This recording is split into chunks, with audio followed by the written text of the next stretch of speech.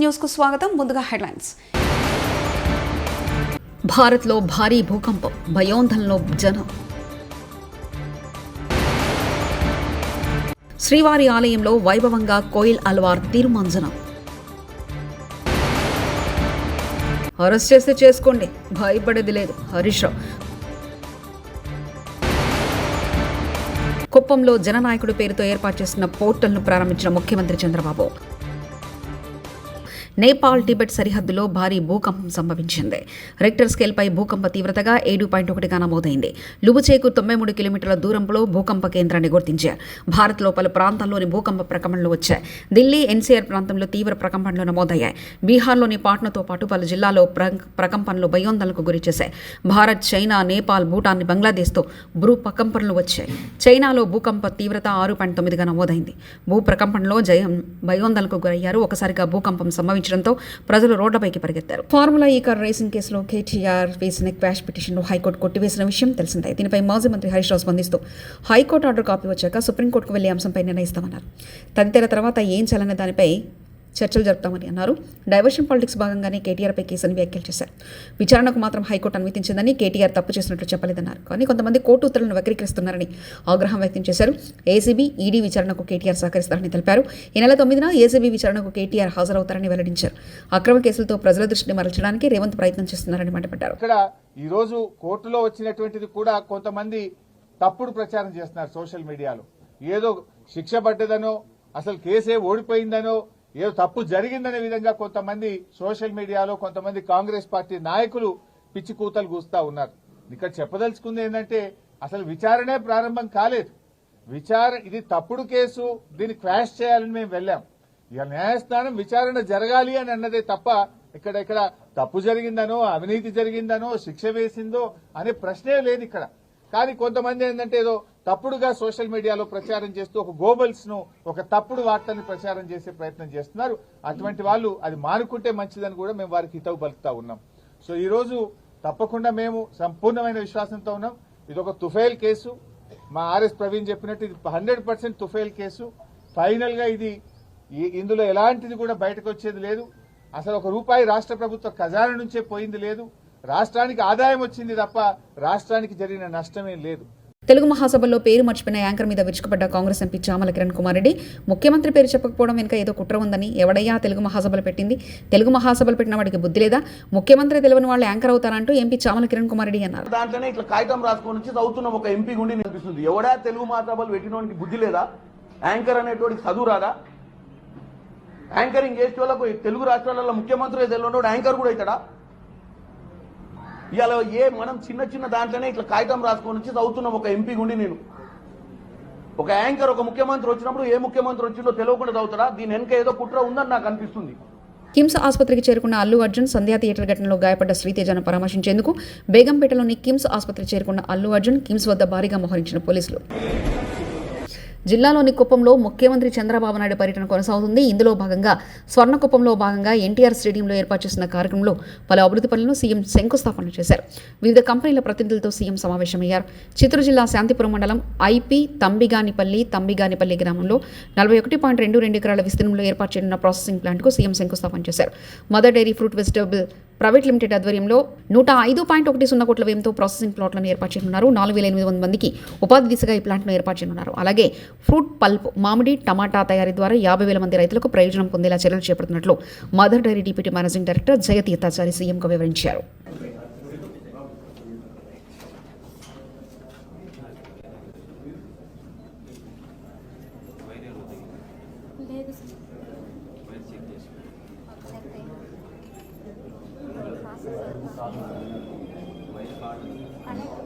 లో voltage wire పోయిందా లేకుంటే వైఫై ఇది ఓకే.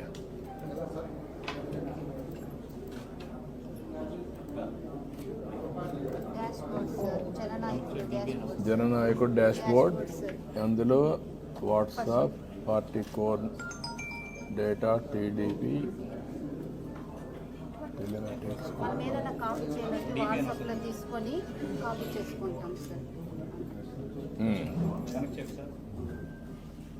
ఏంటా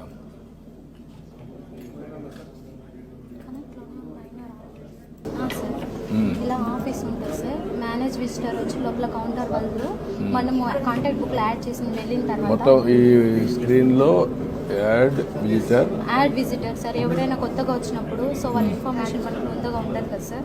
సో వాళ్ళ డీటెయిల్స్ మనము అప్లికేషన్లో రాసుకొని దాంట్లో సో మనం యాడ్ విజిటర్లో మనం యాడ్ చేసుకోవాలి. ఓకే, ఇక్కడ నుంచి మేనేజ్ విజిటర్ అంటే లోపల కౌంటర్ వాళ్ళు చూసుకుంటారు సార్, ఎంగేజ్మెంట్ ఆఫీసర్స్. సో రిసెప్షన్లో ఫస్ట్ ఒకటి ఇది కాంటాక్ట్ బుక్ అనేది ఓపెన్ చేసుకుంటాం సార్.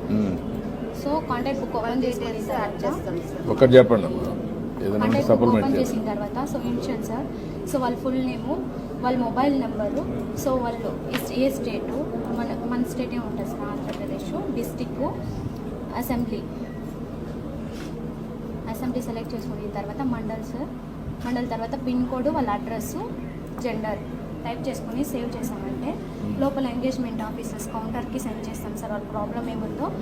ఏపీలో పేదల ఆరోగ్యం పట్ల కూటమి ప్రభుత్వం ఇంటెక్షన్గా వ్యవహరిస్తుందని మాజీ మంత్రి విడుదల రజని ఓటు వేసి గెలిపించినందుకు రాష్ట్ర ప్రజలను ఆందోళనకు గురి చేస్తున్నారంటూ ఘాటు విమర్శలు చేశారు.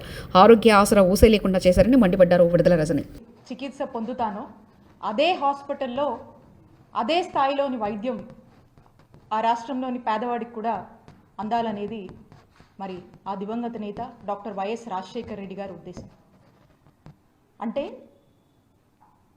దీని యొక్క ముఖ్య ఉద్దేశం మనకేమర్థమవుతుంది? ఏదైతే ఒక కార్పొరేట్ స్థాయి వైద్యం ఉందో అది పేదవాడికి కూడా అందించడమే దీని యొక్క ప్రథమ లక్ష్యం అని చెప్పి మరి ఎంతో మానవత్వంతో ఈ యొక్క గొప్ప కార్యక్రమాన్ని మరి రూపొందించి ఆరోగ్యశ్రీ అని చెప్పి కొన్ని లక్షల మందిని వారి యొక్క ప్రాణాన్ని కాపాడినటువంటి కార్యక్రమమే ఈ ఆరోగ్యశ్రీ పథకం. ఈ ఆరోగ్యశ్రీ పథకం మనం చూసినట్టయితే ఇదొక వెల్ఫేర్ ప్రోగ్రాము, వెల్ఫేర్ స్కీమ్ లాగా మనం చూసే కంటే కూడా ఏదైనా ఒక వెల్ఫేర్ ప్రోగ్రామ్ అంటే దాని మానిటరింగ్ వాల్యూ చూస్తాం. కానీ ఈ ప్రోగ్రామ్ చూసినట్టయితే దీంతో ఇది ఒక మానిటరింగ్ వాల్యూతో పాటు ఒక ఎమోషనల్ వాల్యూ కూడా ఉన్నటువంటి అంత శాంక్టిటీ ఉన్నటువంటి ప్రోగ్రామ్గా ఆరోగ్యశ్రీని చూడాల్సినటువంటి అవసరం ఉంది. మరి ఇదే కార్యక్రమాన్ని ఈ గొప్ప మానవత్వంతో కూడినటువంటి ఈ కార్యక్రమాన్ని దీన్ని నిజం చేస్తూ వైఎస్ఆర్ గారు తీసుకొచ్చినటువంటి ఈ కార్యక్రమాన్ని పేదలకు ఎంతో మంచి చేస్తుందనేటువంటి ఒక గొప్ప లక్ష్యం ఉన్నటువంటి ఈ కార్యక్రమంగా దీన్ని మా నాయకుడు జగన్మోహన్ రెడ్డి గారు దీన్ని మరింత స్ట్రెంథెన్ చేస్తూ మరి మేము అధికారంలోకి వచ్చిన దగ్గర నుంచి ఏ విధంగా అడుగులు ముందుకు వేశారో రాష్ట్ర ప్రజలందరికీ కూడా తెలుసు. జగన్మోహన్ రెడ్డి గారు అధికారంలోకి వచ్చే నాటికి 1059 ఉన్నటువంటి ఈ ఆరోగ్యశ్రీ ప్రొసీజర్స్ ఏవైతే ఉన్నాయో వాటిని 3257 ప్రొసీజర్స్కి పెంచినటువంటి ఘనత జగనన్న ప్రభుత్వానికి దక్కుతుంది. తెలంగాణలో ఆ లా అండ్ ఆర్డర్ పూర్తిగా నాశనమైందంటే రేవంత్ రెడ్డి హోంశాఖను తన దగ్గర పెట్టుకుని లా అండ్ ఆర్డర్ను నాశనం చేశాడు. రేవంత్ రెడ్డి వెంటనే బీజేపీ నాయకులను, కార్యకర్తలకు క్షమాపణ చెప్పాలి. మేము తలుచుకుంటే కాంగ్రెస్ ఆఫీసులను తగలబెట్టగలం, ధ్వంసం చేయగలం అంటూ బీజేపీ ఎమ్మెల్యే రాజాసింగ్ వ్యాఖ్యానించారు. पार्टी कार्यालय पर जाकर हमला करे, पार्टी कार्यकर्ता के लोगों को मारे, अधिकारियों पर हमला करे, क्या यही है कांग्रेस में? पूछना चाहता हूँ. आज तेलंगाना का law and order totally disturb, ध्वंस हो चुका है. होम मिनिस्ट्री भी रेवंत रेड्डी तुम्हारे पास है ना, तो क्या कर रहे लॉ एंड ऑर्डर को? मैं पूछना चाहता हूँ रेवंत रेड्डी को. मैं रेवंत रेड्डी को सीरियसली एक ही बात कहना चाहूंगा, तुरंत माफी मांगे. भारतीय जनता पार्टी के कार्यकर्ताओं से, अधिकारियों से माफी मांगे. हम भी अगर चाहे तो कांग्रेस ऑफिस को जला सकते हैं, ध्वंस कर सकते हैं, బుల్డోజర్ చడా సక్తే హై. ఫార్ములా ఈ కేసు చెత్త కేసు. రైతు భరోసా పథకం మీద ప్రభుత్వం చేసిన మోసాన్ని పక్కదారి పట్టించేందుకు డైవర్షన్ పాలిటిక్స్ తో భాగంగా చేసిందే ఫార్ములా ఈ కేసు అంటూ మాజీ మంత్రి జగదీష్ రెడ్డి వ్యాఖ్యానించారు. పక్కదారి పట్టించడానికి, రైతులలో, ప్రజల్లో ఆ చర్చ రానియకుండా చేయడానికి ఈ రాష్ట్ర కాంగ్రెస్ ప్రభుత్వం చేసిన డైవర్షన్ పాలిటిక్స్లో భాగంగా పెట్టబడ్డ ఓ చెత్త కేసు ఫార్ములా ఈ కేసు. తిరుమల శ్రీవారి ఆలయంలో కోయిల్ అల్వార్ తిరుమంజనం వైభవంగా జరిగింది. ఈ నెల 10న వైకుంఠ ఏకాదశిని పురస్కరించుకుని తిరుమల తిరుపతి దేవస్థాన ఆలయ శుద్ధి కార్యక్రమం చేపట్టింది. వేకువజామున స్వామివారికి సుప్రభాతం, అర్చన సేవల అనంతరం శ్రీవారి మూల విరాట్పై పట్టు వస్త్రంతో అర్చకులు పూర్తిగా కప్పివేశారు. నాముకోపు, శ్రీచూర్ణం, పచ్చాకు, గడ్డ కర్పూరం, గంధం పొడి, కిచిలిగడ్డ తదితర సుగంధ ద్రవ్యాలు కలిపిన పవిత్ర జలంతో ప్రదక్షిణగా వెళ్లి ఆలయ శుద్ధి కార్యక్రమాన్ని చేపట్టారు. ఆనంద నిలయం, బంగారు వాకిలి, శ్రీవారి ఆలయంలోని ఉపదేవాలయాలు, ఆలయ ప్రాంగణం, పూజా సామాగ్రి తదితర అన్ని వస్తువులను శుభ్రపరిచారు. 45 నిమిషాలకి ఆలయ శుద్ధి కార్యక్రమం మొదలుపెట్టాం. ఇందులో బోర్డు సభ్యులు, అధికారులు అందరూ పాల్గొన్నారు. ఇది గత కొన్నేళ్లుగా వస్తున్నటువంటి ఆనవాయితీ. ఆ సందర్భంగా మన వాళ్ళందరూ కూడా పార్టిసిపేట్ చేశారు. వాళ్ళందరికీ కూడా ధన్యవాదాలు. ఓం నమో వెంకటేశాయ. వైకుంఠ ఏకాదశి సందర్భంగా ప్రతి సంవత్సరం నిర్వహించేటట్లు ఈసారి కూడా స్నపన తిరుమంజనం నిర్వహించడం జరిగింది. స్నపన తిరుమంజనం అంటే మరి ఆలయ శుద్ధి కార్యక్రమం. సంవత్సరంలో 4 సార్లు ఈ కార్యక్రమం చేస్తాము. ఈ కార్యక్రమంలో ఆలయం ప్రాంగణం అంతా గోడలు, పైకప్పు, ఆలయంలో ఉన్న దేవతామూర్తులు, పూజా సామాగ్రి అంతా కూడా నీళ్లతో శుద్ధి చేసి దాని తర్వాత పరిమళ ద్రవ్యాలతో ప్రోక్షణ చేయడం జరుగుతుంది. ఈ కార్యక్రమం అయిన తర్వాత మూలమూర్తికి ప్రత్యేక పూజలు ఆగమోక్తంగా నిర్వహించడం జరుగుతుంది. ఈ కార్యక్రమం ప్రతి సంవత్సరం కూడా వైకుంఠ ఏకాదశి సందర్భంగా ఒకసారి చేయడం జరుగుతుంది. నటుడు వెంకటేష్ కథానాయకుడుగా అనిల్ రావుపూడి తెరకెక్కించిన చిత్రం సంక్రాంతికి వస్తున్నాం. ఐశ్వర్య రాజేష్, మీనాక్షి చౌదరి హీరోయిన్లుగా సంక్రాంతి సందర్భంగా జనవరి 14న ఈ సినిమా విడుదల కానుంది. ఈ నేపథ్యంలో ట్రైలర్ లాంచ్ ఈవెంట్ నిర్వహించారు. ఈ ఈవెంట్లో వెంకటేష్ మాట్లాడారు. నిజంగా చాలా చాలా ఆనందంగా ఉంది. నిజామాబాద్కి వచ్చి మా ట్రైలర్ లాంచ్ జరిగింది ఇక్కడ. I'm really very very happy to be here. మీ ప్రేమ ఎప్పుడు ఇలానే ఉండాలి. అండ్ నా బిగినింగ్ కెరియర్ నుంచి మీరు ఎంత నన్ను ఎంకరేజ్ చేసి మీ ప్రేమతో నా సినిమాలు చూసి సూపర్ హిట్ చేసినందుకు అందరికీ మనస్ఫూర్తిగా థ్యాంక్స్ చెప్పుకుంటున్నాను. ఇంతాకే ఏవి చూశాను, నాకే గుర్తులేదు, చాలా హిట్లు వచ్చినాయి. Thank you so much. Bobbili Raja కానీ అయ్యో అయ్యో అనే మీరు అయ్యో అయ్యో అన్నారు. పెళ్లి కాని ప్రసాద్ ఉన్నాడు అక్కడ, వెంకీ మామ ఉన్నాడు, గణేష్ ఉన్నాడు, చంటి ఉన్నాడు. మొన్న F2 వరకు ఆడవారి మాటల నుంచి సీతమ్మ వాకిట్లో, దృశ్యం కానీ, నారప్ప కానీ. Thank you for encouraging me all such wonderful films. And ఈరోజు under Dil Raju and Shirish and along with Anil I'm coming up with this film సంక్రాంతికి వస్తున్నాం. నిజంగానే సంక్రాంతికి వచ్చే సినిమాలు మనస్ఫూర్తిగా మనకి ఎలా ఉంటుందంటే ఇంట్లో ప్రతి ఒక్కరు వచ్చి చూడాలి. మీ అమ్మతో రావాలి, నాన్నగారితో రావాలి, చెల్లితో రావాలి, అన్నయ్యతో రావాలి, తాతగారు ఉండాలి, అమ్మమ్మ ఉండాలి, పిన్ ఉండాలి, అత్త ఉండాలి, అందరు ఉన్నారు. అందరు రావాలి, మా సినిమా చూడాలి. తప్పకుండా మీరు ఎంజాయ్ చేస్తారు. Cinema full of entertainment, extraordinary songs, superb action, superb dialogues. Anil చాలా చక్కగా ఒక హోల్సమ్ ఫ్యామిలీ ఎంటర్టైన్మెంట్ సినిమా ఇచ్చారు. తప్పకుండా మీ అందరికీ నచ్చుతుంది.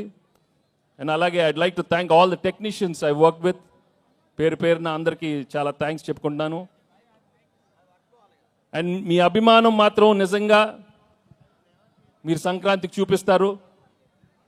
సంక్రాంతి వస్త్రమే కాదు, మనస్ఫూర్తిగా గేమ్ చేంజర్ కానీ, డాకు మహారాజా అన్ని పెద్ద హిట్లు అవ్వాలని మనస్ఫూర్తిగా కోరుకుంటున్నాను.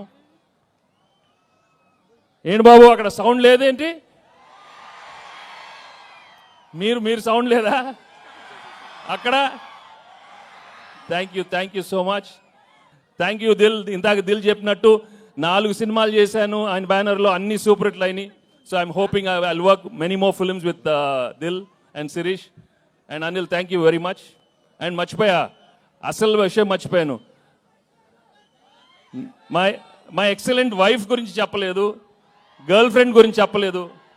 మామూలుగా లేరు, సినిమా మామూలుగా లేరు. గాంధీ భవన్పై బీజేపీ నేతల దాడి, కాంగ్రెస్ ఫ్లెక్స్లను చింపివేసిన బీజేపీ శ్రేణులు, బీజేపీ నేతలపై లాఠీ చార్జ్, అరెస్ట్ చేసి పోలీస్ స్టేషన్కు తరలించారు పోలీసులు.